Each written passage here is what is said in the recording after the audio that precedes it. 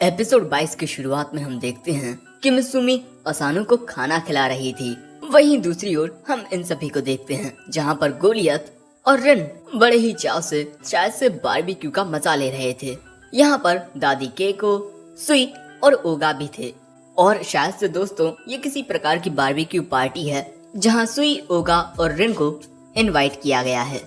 दूसरी ओर क्योइचिरो और सेजी अलग बैठे हुए थे और यहाँ क्योइचिरो खाने की तस्वीरें खींच रहा था और जब सेजी उससे खाने के लिए एक डम्पलिंग मांगता है तब वो ये कहकर मना कर देता है कि ये मेरी प्यारी छोटी बहन ने बनाए हैं, मैं इन्हें तुम्हें नहीं दूंगा। इसके बाद हम फुताबा को देखते हैं जो शायद से ग्रैंडपा के साथ कुश्ती का मुकाबला करने वाली है, लेकिन फुताबा के हमले से ग्रैंडपा और केंगो हवा में उड़ जाते हैं और इसके बाद असानो हमें बताता है कि इनका मिशन कल शुरू होने वाला है, इसीलिए आज रात ये एक चेरी ब्लॉसम पार्टी कर रहे हैं। लेकिन इसके बाद हम देखते हैं कि ओगा डांस करने लगता है, लेकिन जब असानो इस चेरी ब्लॉसम ट्री को देख रहा था तभी अचानक उसकी पावर एक्टिवेट हो जाती है।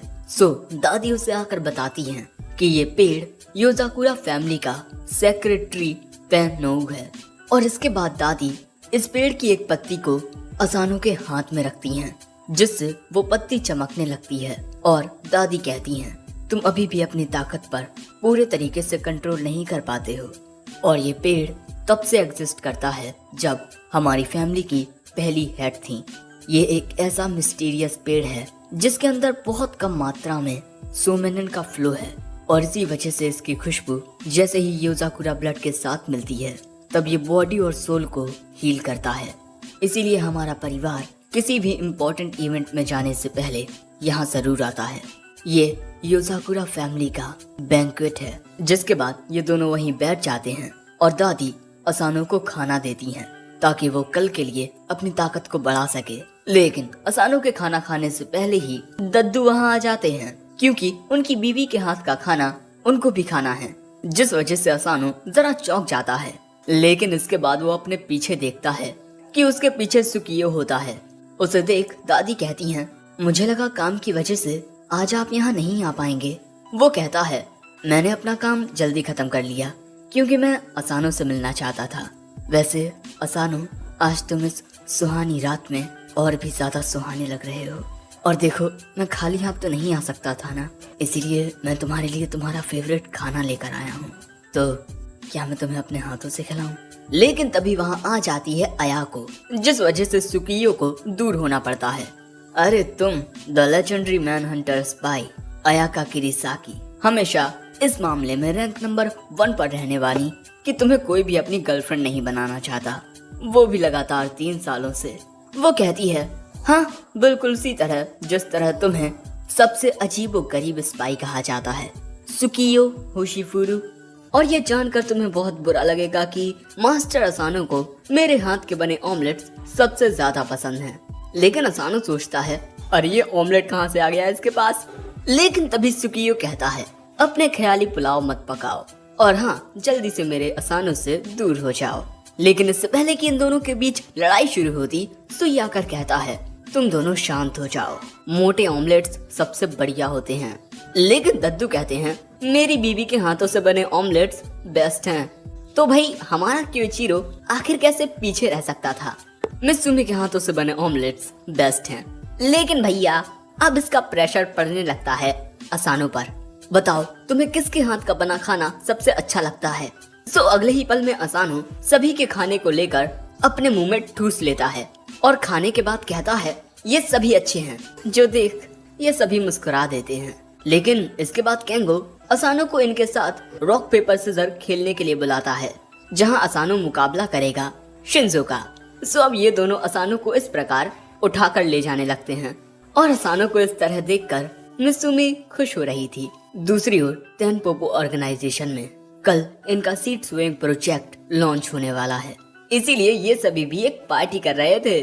आज हमें पेट भरकर खाना खाना चाहिए ताकि इससे हमारी ताकत बढ़ सके, क्योंकि हो सकता है कि वो लोग हमें रोकने की कोशिश करें। लेकिन यहाँ पर माकोतो को इस बात पर भी यकीन होता है कि योजाकुरास इस आइलैंड को ढूंढ नहीं पाएंगे। लेकिन वो क्या है कि मांस थोड़ा कच्चा होता है, इसीलिए आओनुमा अकारी से कहकर अपने मांस को सिकवा लेता है। लेकिन जब माकोतो उसे ऐसा करने को कहता है तब वो उसे जला देती है और तभी गलती से आई पूरा केक माकोतो के मुंह पर गिरा देती है, जिस वजह से ये सभी आई से आकर पूछते हैं तुम ठीक तो हो ना। लेकिन बेचारा माकोतो किसी को उसकी परवाह नहीं। वहीं दूसरी ओर मिस्टर मोमो आराम से अपनी मिठाइयाँ खा रहे हैं। वहीं दूसरी ओर योजाकुरा बैंकेट में इनका अब एक फैमिली ट्रेडिशन होने वाला है। यहाँ पर एक स्टेज लगा हुआ था और अगले ही पल में स्टेज पर धुआं होता है और जैसे ही धुआं हटता है स्टेज पर हमें देखने को मिलती हैं ये तीनों मोहतरमाएं। और भाई यहाँ पर जो शियोन है वो गाना गा रही थी और बाकी की फीमेल्स बैंड बाजा बजा रही थी। और यहाँ पर जो केचिरो था वो मिसुमी को और दद्दू दादी केको को चीयर कर रहे थे। साथ ही गोलियत और ननाओ शियोन के गाने पर डांस कर रहे थे। अयाको ड्रम बजा रही है, दादी और मिसुमी गिटार बजा रही हैं। वैसे आखिर में हार्ट पोच के साथ शियोन का गाना खत्म होता है। गाना खत्म होने के बाद शियोन को बहुत शर्म आ रही थी कि वो किस तरह सबके सामने गा रही थी, लेकिन सभी को उसका गाना बहुत ही पसंद आया। दद्दू और क्योचिरो तो मिसुमी और केको की परफॉर्मेंस देखकर खुशी के मारे रोने लगे हैं। लेकिन जैसे ही बेचारा शिंजो गाने की तारीफ करता है शियोन उसके मुंह पर माइक फेंक कर मारती है। वैसे इसके बाद परफॉर्मेंस देने वाला है शिंजो, जिसे देखकर एक बार को तो असानो भी पहचान नहीं पाता। और इसके बाद शिंजो गाना गाना शुरू करता है जिससे असानो के कान के पर्दे फट जाते हैं। गाना खत्म होते होते सभी की हालत खराब हो चुकी है।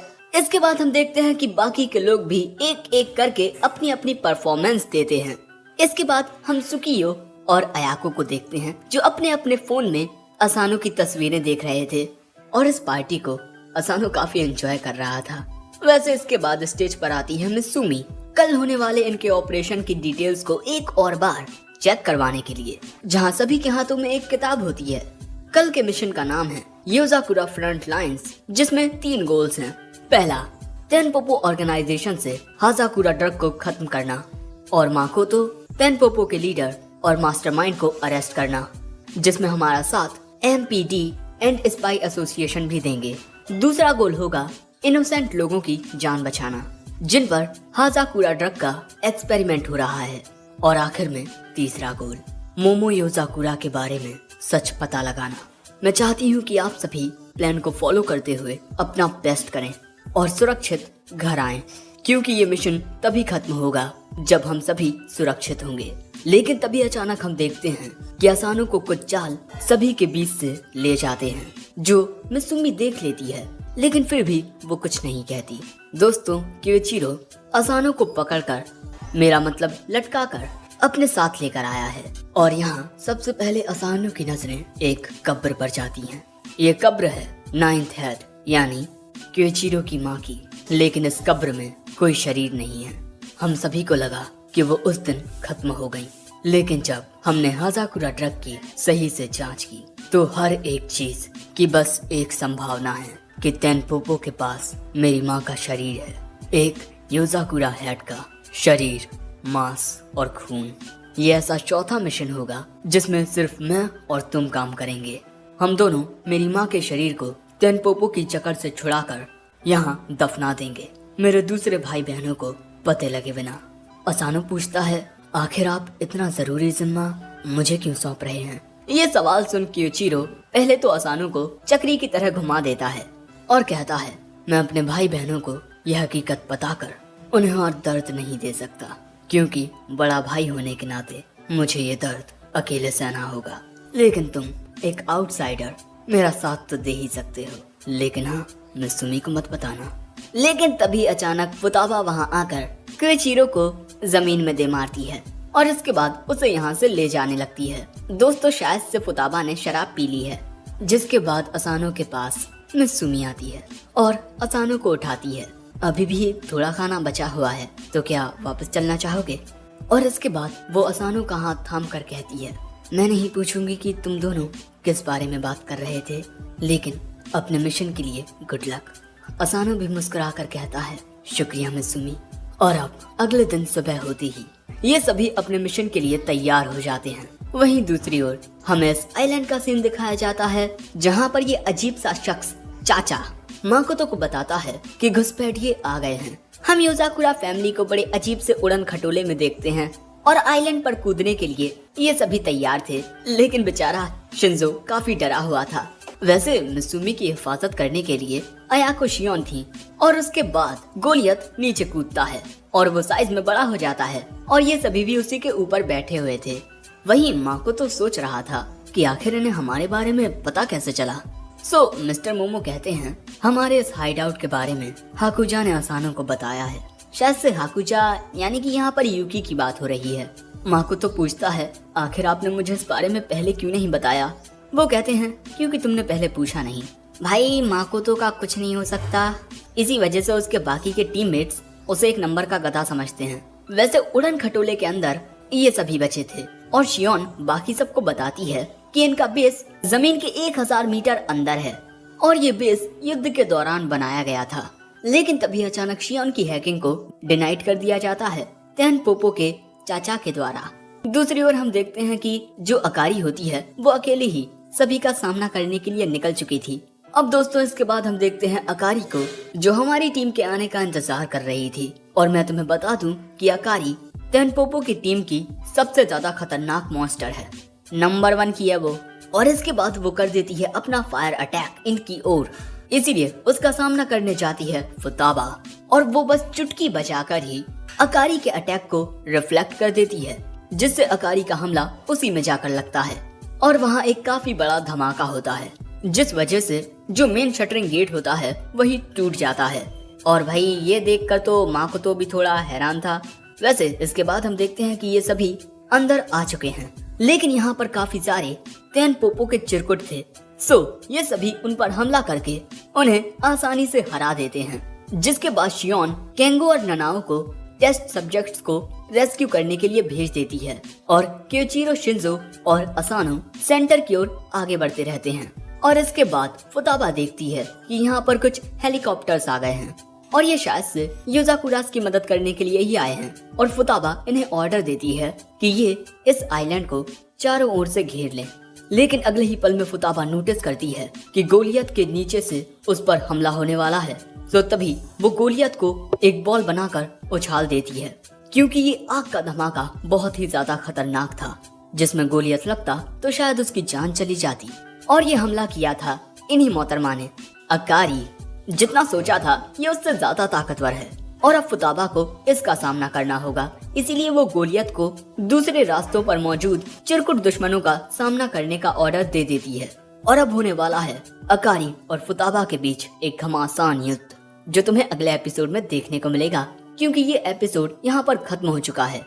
एपिसोड पसंद आया हो तो लाइक करना, चैनल पर नए आए हो तो सब्सक्राइब करते जाना और कमेंट करके बताना कि ये एपिसोड तुम्हें कैसा लगा।